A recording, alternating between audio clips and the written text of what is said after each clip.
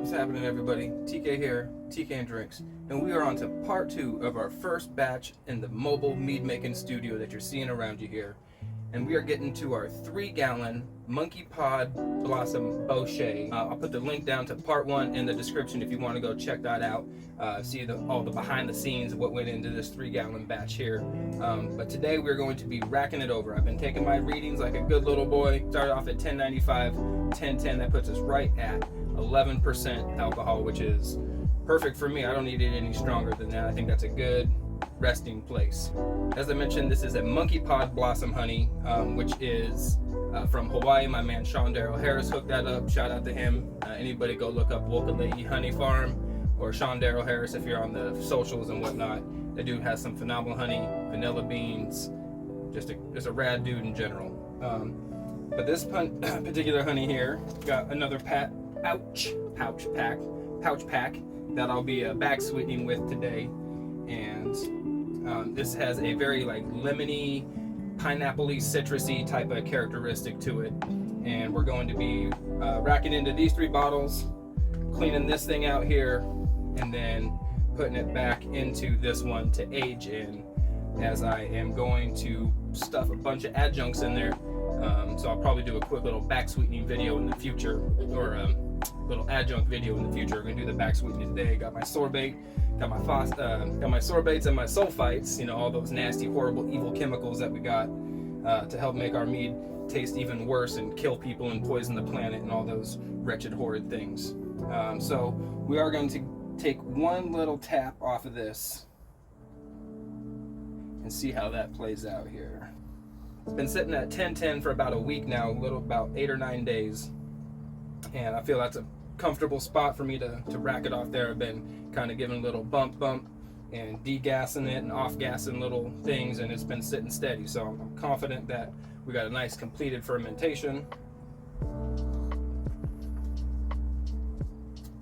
So definitely on the semi-sweet range, just there. I mean, I'd still say it's probably a little drier than I would prefer my stuff. But for where it's at, lightly sweetened. Like I said, has citrusy notes like pineapple, lemon. No bitterness to it, thankfully, but it does have a slight astringency, and of course, because it's so young, it's definitely got some alcohol heat to it. But I feel confident that that will age out of it. Definitely need some tannins in there, and not quite so sure on the acid right now.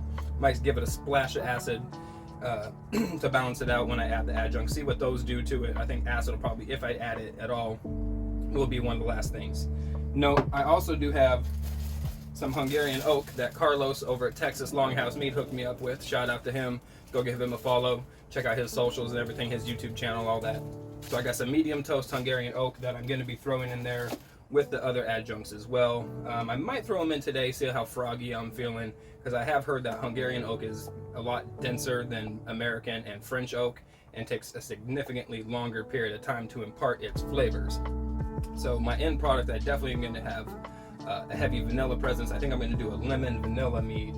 And so with the Hungarian oak, I got some vanilla beans as well that I'm going to be adding in here in about a week when I get to it. I just got to find these Meyer lemons that I want to get so I can zest and add something to it to help punch it up a little bit in that citrusy department, get a little more strong, solid lemon presence. So I guess without further ado, let's get to racking. I've got my sanitizer spray. I've hit all those down. They've been sanitized. They've been capped off there with my clever little shot glass caps to make sure no errant buggies or germs or anything floated down in there. Got a sanitized tube here. This is one of my airlocks. That's why it's got the bung on it, but it will serve for funneling mead down into these jugs. So, as I said, let's get to it. Hopefully that should be long enough. Oh yeah, plenty of room down in there. And get this up on here like so. Okay. Now we finally got it on there. Feed this down in there, and we're definitely going to be holding on this to make sure that it stays in place. Get that all centered up. We don't need that spilling on us anywhere. And here we go.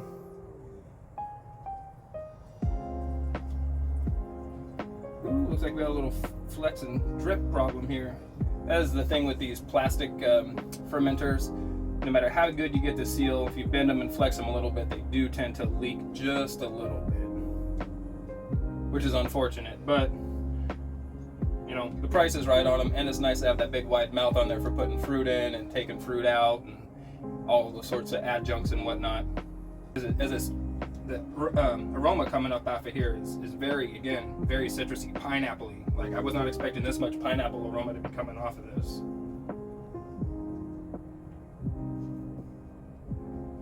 There we go. One jug down. Get that up there. Put our secret cap on it. Don't you tell nobody about my secret now. Alright, round 2. Fight. Now, I have never actually fermented in this before. This is my first time using this, so I'm not sure exactly how many of these jugs it's going to take. It says it's 3 gallons, you know, depending on where I'm filling these up. So I've got hopefully enough space. I've got another jug if I need to use it. Number 2 down.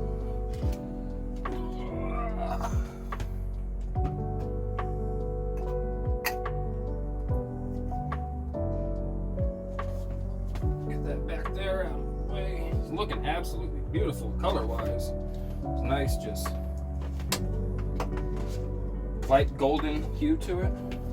And then this is our special container. I would normally never use this other than the fact that I'm going to put it right back into this other fermenter here. And I'm going to get a CO2, a portable CO2, one of those handheld keg filler things for the CO2. I can't remember exactly what it's called. I'll try to put one in the video, a picture of it, so I can top off these this bad boy here with some CO2 to make sure to keep a nice strong airlock on it. And here we go. Ooh. Try not to break that flow. Keep a nice, you know, nice healthy mead in there, because oxygen at this point is going to definitely start becoming the enemy, even more so than it already had been. I am definitely enjoying the way that the leaves are staying down at the bottom as I tilt this ever so gently. And that's all she wrote, folks. So not quite 3 gallons. Turn that over, because I know if I don't, I'll forget to do that. Alright, let's get the hose out of there. Get that capped up. Throw that back up over here. See if we can't disembark this hose here. There we go. Back with a nice clean jug, as you can see here. Get that down. We're going to auto siphon these ones back into here. Then we'll do our back sweetening and adding our sulfites and sorbates and the rest of our poisons. Right, here we go on that.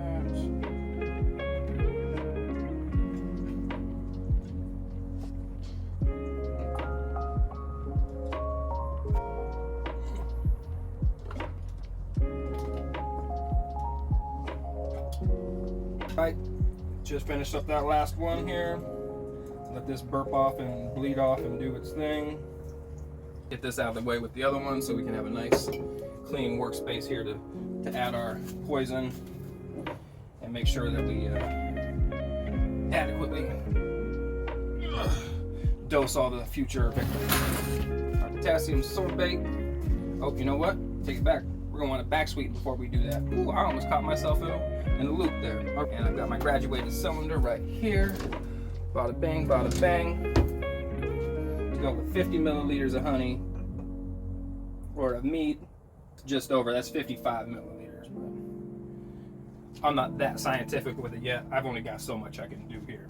All right. Now what I do at least have is a scale and something to weigh out some honey, or some honey. So weigh out some honey in here. So we got this tared out to 0, and ooh, got my honey here. Let's pour us up some honey. Oh yeah, look at that, all clumpy and full of crystallized goodness. So we're looking at 158 grams. We'll do a bunch of unnecessary calculations and make this shit really difficult for ourselves.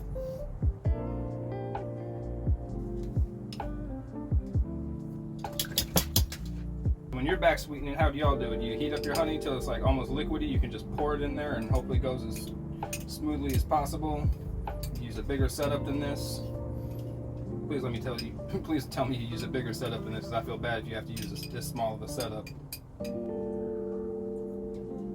That was an epic failure of a back sweetening there. I used 10 pounds of honey in there, and that put me at 1095, fermented down to 1010. So let's just back sweeten this up to, let's take it up to 1025, right? See what it says.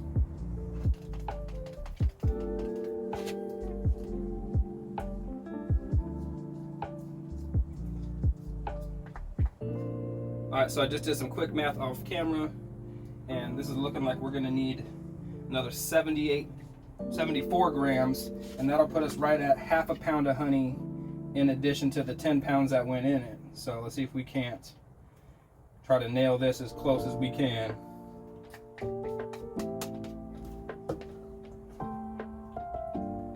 Just gonna stir the honey in there gently as we can, see if we can't get that mixed up. I'm not really stirring it up, like breaking the surface tension. Just really trying to get all that stuff down at the bottom mixed up. You know, when you're back sweetening, does yours foam up like that? Or am I totally just out of my element here and jacking this thing all up? Hydrometer into the old Mead. Ooh, tink, tink, tink, tink. I like that when it doesn't break when it does that. So now we're at 1016. So I have to grab a new little cup here. I think I pitched my other one because I was mad at it. I'm mad at myself and misplaced my anger on the cup. All right. So this was 6 points of gravity. See what that's feeling like for us. Definitely cut some of the edge off. So I did a half pound, and that raised it 6 points. If I do another half pound, that'll be 6 more points. That'll take me up to about 6 or 10, 16 and 6, so it'll be 1022. So we'll probably add in almost, I'm gonna add in that full half pound, and we'll let it sit there at 1025. Let's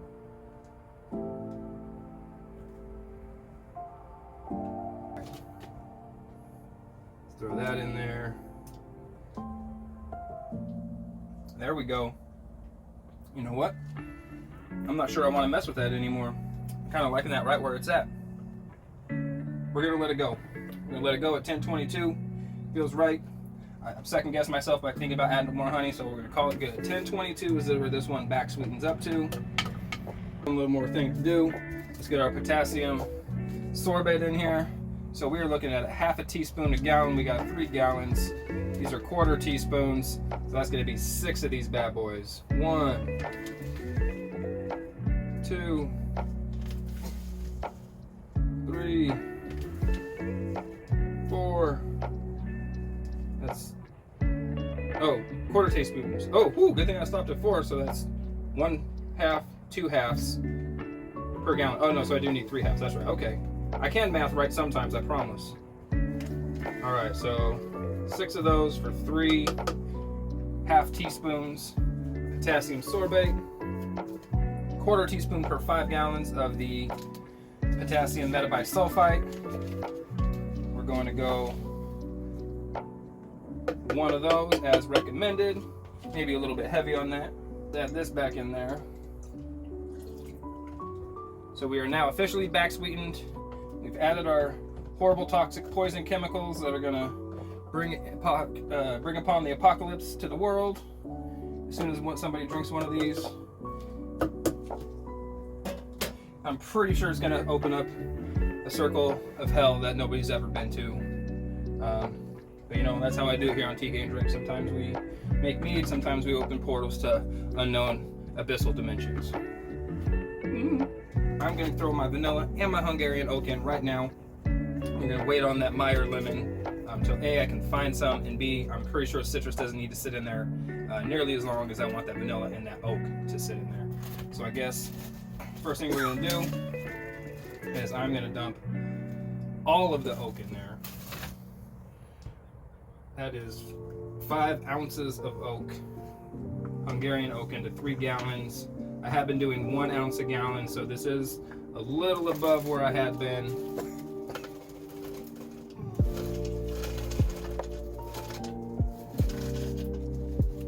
But I think with the amount of surface space that's gonna give, plus I can always fish them out of there and whatnot if I need to later. Throw that back up on top of there. While we go, ooh, maybe I can get it on there straight. There we go, okay.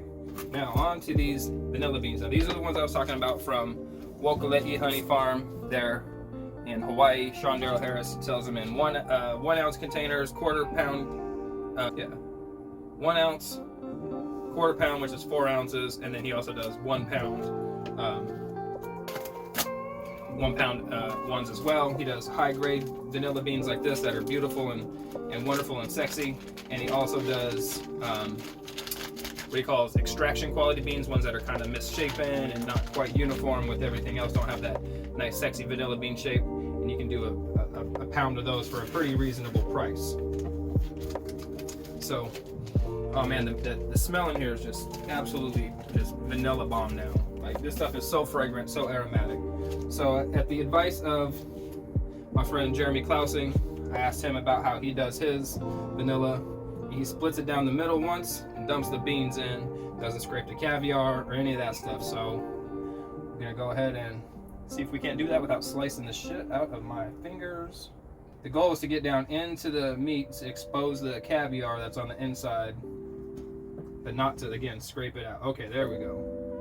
Now we got that one open, and repeat 100 times. As you can see, we got that ridiculous amount of vanilla beans cut up there. My fingers now smell like vanilla extract, or like just nice raw vanilla flavor, which is amazing. Got that Hungarian oak in there, 5 ounces of that, 4 ounces of vanilla beans. And we'll come back to this one. Maybe I'll get to the Meyer lemon in a separate video. Maybe I won't. I don't know. Thank you guys so much for being here. We're almost up to 300 subscribers on YouTube, so any follows and subscribes and any of that type of stuff, shares, they're all goes back to helping me get my videos out there more, and you know, get you guys some more unique, crazy mobile mead making content, more interviews, more reviews, all that stuff. So thank you all so much for being here tonight. Have a good one. I'll see you in the next one.